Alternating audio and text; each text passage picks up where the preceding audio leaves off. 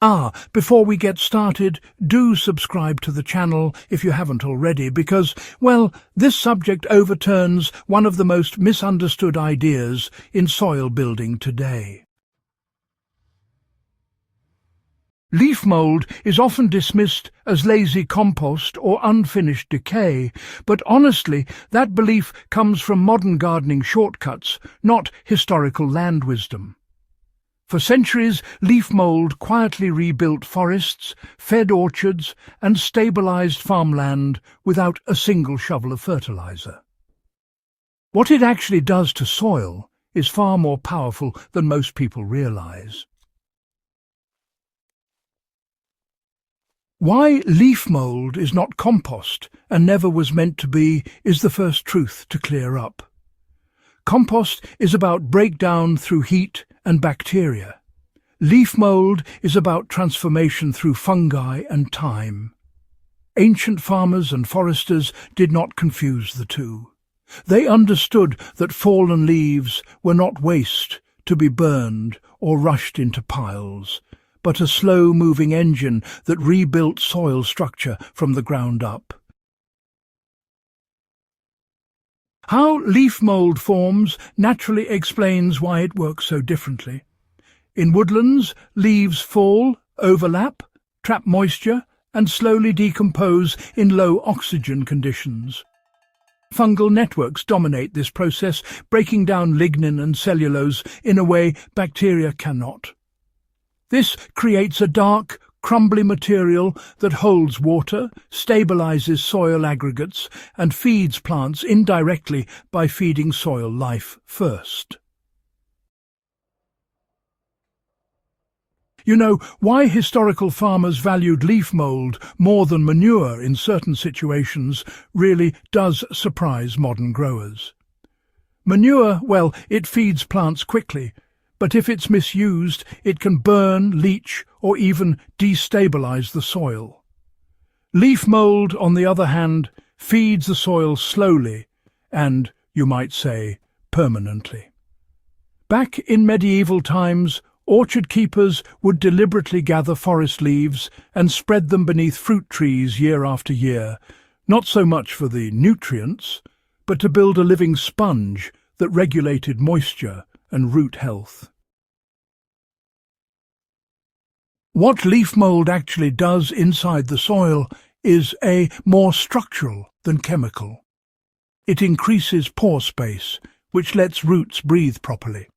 It also improves water retention, but without creating those soggy conditions that can be troublesome. Leaf mould supports fungal dominance, and that's absolutely critical for trees, perennials, and long-term cropping systems. This is, honestly, why soils rich in leaf mould recover faster from drought, compaction, and overuse. How to make leaf mould the way it was historically done is, well, simple, but it certainly requires patience.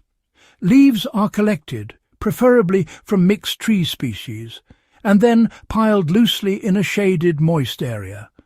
They aren't compacted, turned, or loaded up with nitrogen. You just maintain moisture, and then time does the rest. Depending on your climate, usable leaf mould forms in, say, 1 to 2 years.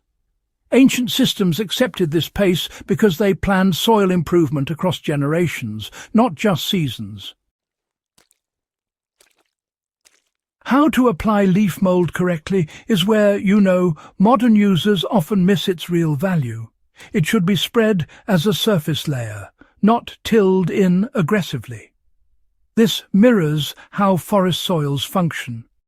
Applied beneath trees, shrubs, garden beds, or along pathways, leaf mould integrates naturally through worms and fungal growth.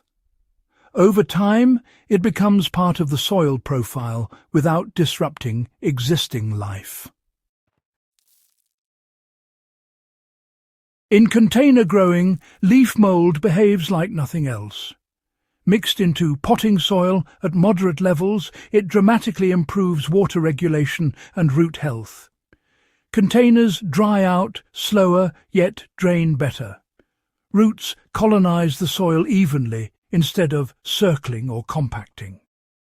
This is especially valuable for perennial container plants that remain in the same soil for years.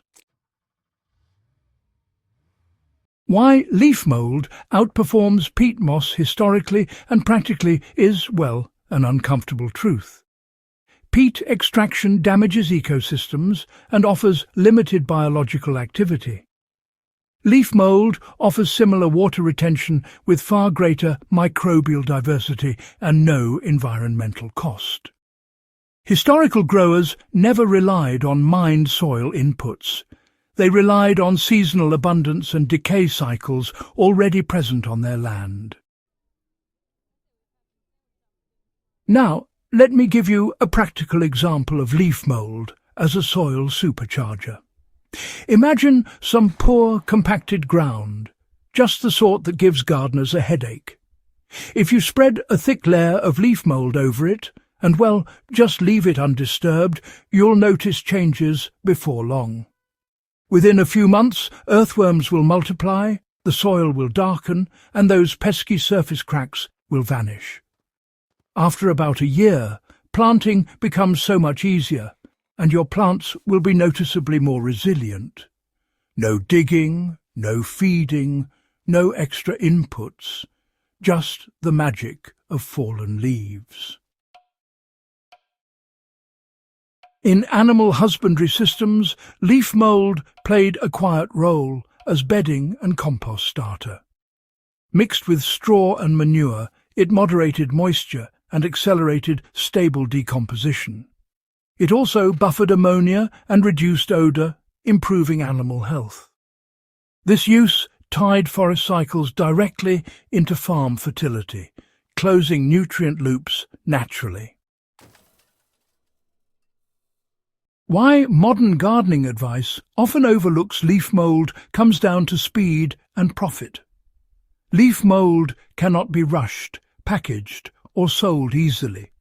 Its power lies in time and placement, not volume or concentration. Ancient land managers understood that some of the most important processes cannot be forced. What leaf mould ultimately reveals is a different philosophy of soil care. Fertility is not something you add, it is something you allow to form.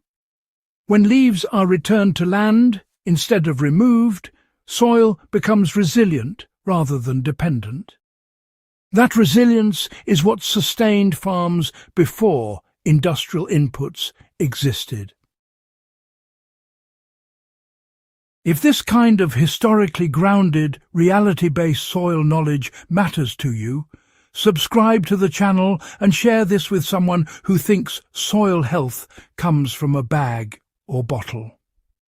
These older systems endure because they work quietly, slowly, and with the land rather than against it.